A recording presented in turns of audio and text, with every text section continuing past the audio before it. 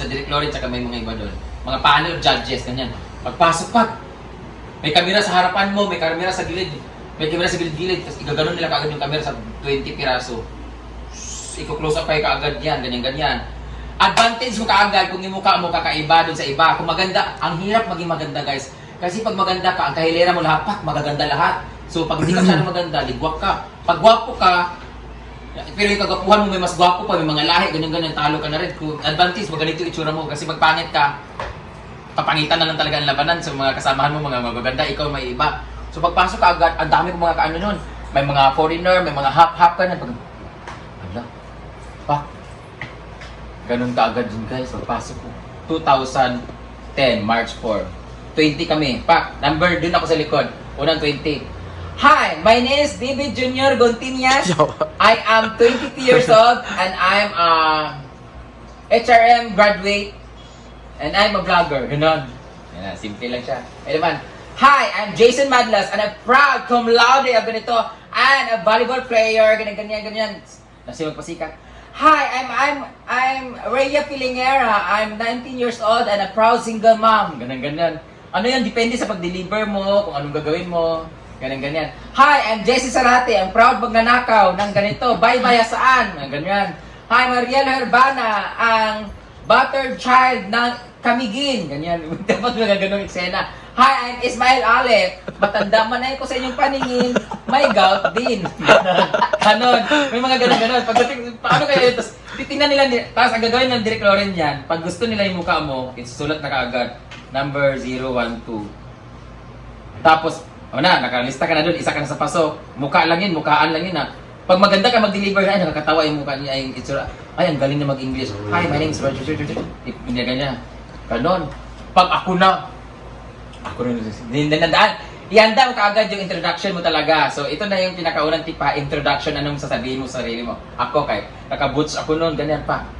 My name is Brandon. Hello, my name is Brian Roy Tagarao. Wala pa, may ano ba ako noong 2000? Wala pa akong screen name.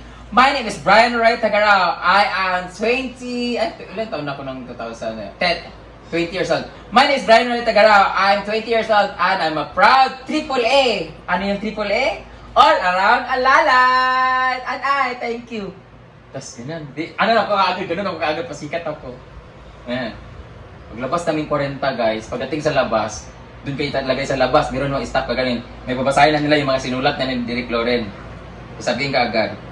Okay, pasok ka sa next round. Number 1, 2, 3, 4. Tingnan mo yung ano mo, pasok. And your next 16. Ganun talaga ako, 16, uy. 16. Ay, dalawa lang kami pumasok sa round namin. Number 1,616 ako nun, ito yan. Tapos 4 PM ako nang pumila. Tapos yan, ang dami pa, kasi 10,000 yun eh. Ang dami pa, ganyan. After nun, pumasok kami 4 AM, my God! Nandun ako ng March 3, 11 PM. Sumalang ako 4 PM ng March 4. Second round namin 4 AM. Alas 4 na madaling araw, 24 hours. 36 hours na ako dun sa sa 2 araw na ako dun sa MOA. Nakaganon yung mga pagkain, ganun. Okay, next. Na lang kami noon? Siguro mga 140 na lang siguro siguro mga 500 na lang siguro kami pumasok. Okay.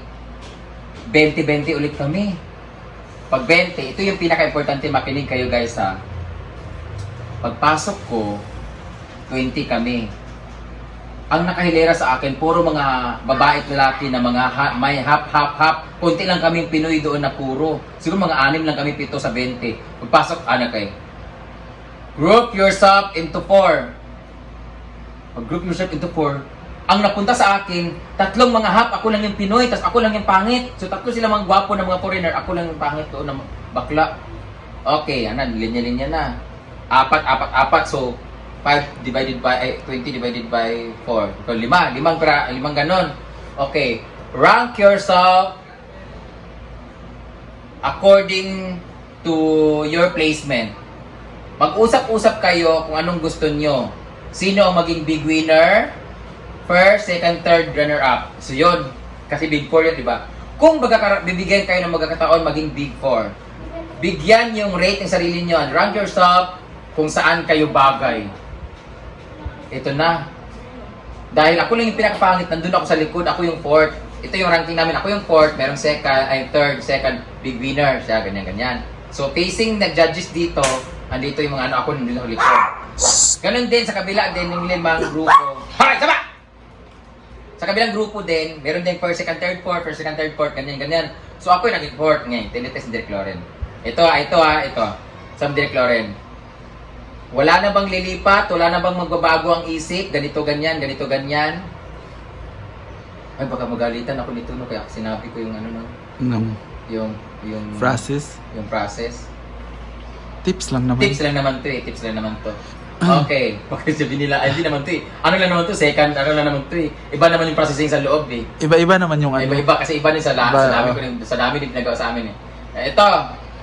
Pagpasok, nawan, magalitan na ako. Direk Loren, magalitan na ako. Speaking of Direk Loren, meron pong kumakalat ngayon na fake news. Meron pong nagchat-chat ng mga ano na siya daw si Direk Loren, ganito ganyan. For GoSee daw, for audition sa Pinoy Big Brother. Wala pong ibang account si Direk Loren at wala pong ibang katek si Direk Loren. Meron po dito nagchat sa amin yung sa grupo namin. Hindi po si Direk Loren nagpapa-audition ng sarili. Okay. Ganito, 20 kami, sabi si Direk Loren. Wala na ba magbabago ang isip? Ganyan. Sabi ko talaga, tinitis siguro nila kung gaano ka gustong lumaban, anong eagerness ko na pumasok sa bahay ni Kuya. Ang ginawa ko talaga, pumunta ako sa harapan. Meron ding lumipat, andun ako sa harapan. Tapos, ang nasa isip-isip ko, gusto ko ipakita sa kanila na gusto ko talaga pumasok, maging housemate si Kuya. At karapat dapat ako maging big winner. Yun ang pinanindigan ko. Ipagpasok ko, sabi ni Direk Loren, lahat ng lumipat, your journey ends today. Allah! Naligwak ako, guys. Doon nagtapos ang journey ko sa first audition. Naligwak ako, yun pala, ang tines para ni Direk Loren. Sabi ni Direk Loren, no? Sa lahat ng mga nandito ngayon, sinusubukan ko kayo kung sino ang may paninindigan sa inyo. Dahil tayong mga Pilipino ay may paninindigan. Kung ano ang desisyon mo, hindi ka na dapat mag-change at panindigan mo ang desisyon mo. Kung saan ka ngayon, panindigan mo. Eh yun pala, akala ko ang tinitest niya, yung eagerness mo manalo, maging papasok sa bahay ni Kuya, kung ano yung gusto mong kakayanan, yung ganyan. Na-out ako dahil dun sa audition. Dahil sa sinabi ko na yun. Dahil sa test na yun, pumunta ako sa harapan kasi, bakit ka lumipat? Kasi po, karapat-dapat ko pong manalo. Yun ang ginawa sa akin.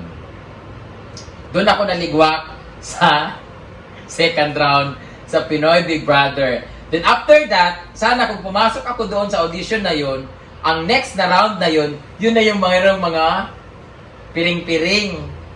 Yun pala, pag nakapasok pala that time, dapat hindi detailed kasi wala na excitement tips lang dapat. Hindi, ano naman yun eh, iba-iba yung proseso nun eh. Iba-iba yun. Saka hanggang doon lang ako, hindi ko na alam ano nang nangyayari doon sa loob eh. Oo. Hanggang doon lang. So, bumalik ngayon yung audition, 2016. Ito na yung audition ko noong 2016. Ito na yung May 22, 2016. Nasa likod ko si Brandon. Yan, nag-audition din ako niyan. So, ganito na nangyari. Ganon din. My name is Brian Roy Tagalaos, also known as Brain Damage. Pakilala ko na nun. And I'm a stand-up comedian, a proud breadwinner of my family. And I thank you. Back 2016. Ganon din, pasok na naman ako. Pangalawang pasok ko, nung ako na, ganyan-ganyan, kilala na ako nito as hindi pala, a Pride social media influencer pala sabi ko nun kasi galing na, madami na ang nakaalaman, wala na talagang lilipat. Ito na, nag-audition ako sa Pinoy Big Brother ulit.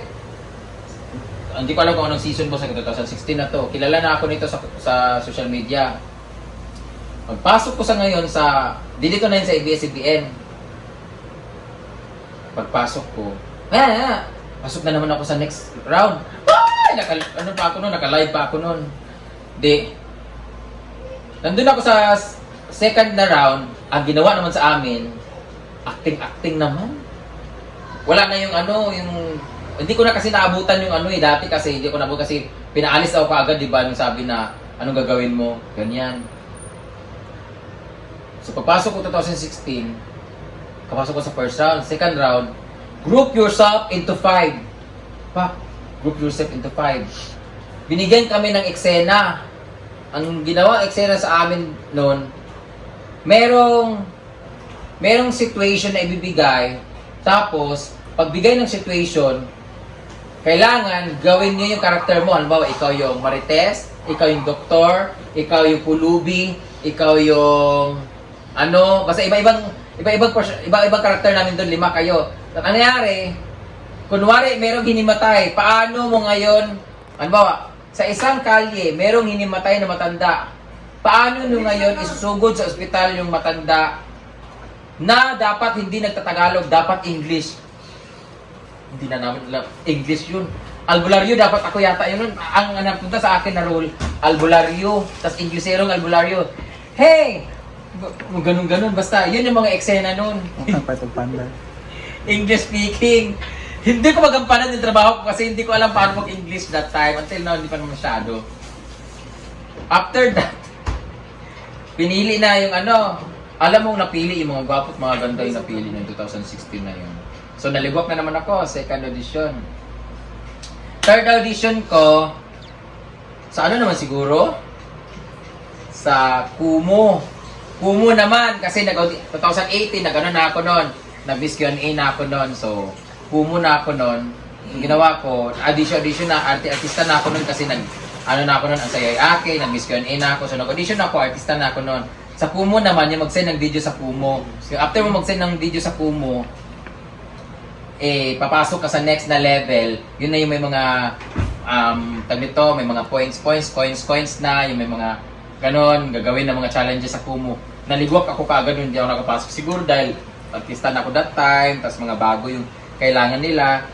So, yun, 3 beses akong, technically 3 beses talaga ako nag-audition sa Pinoy Big Brother.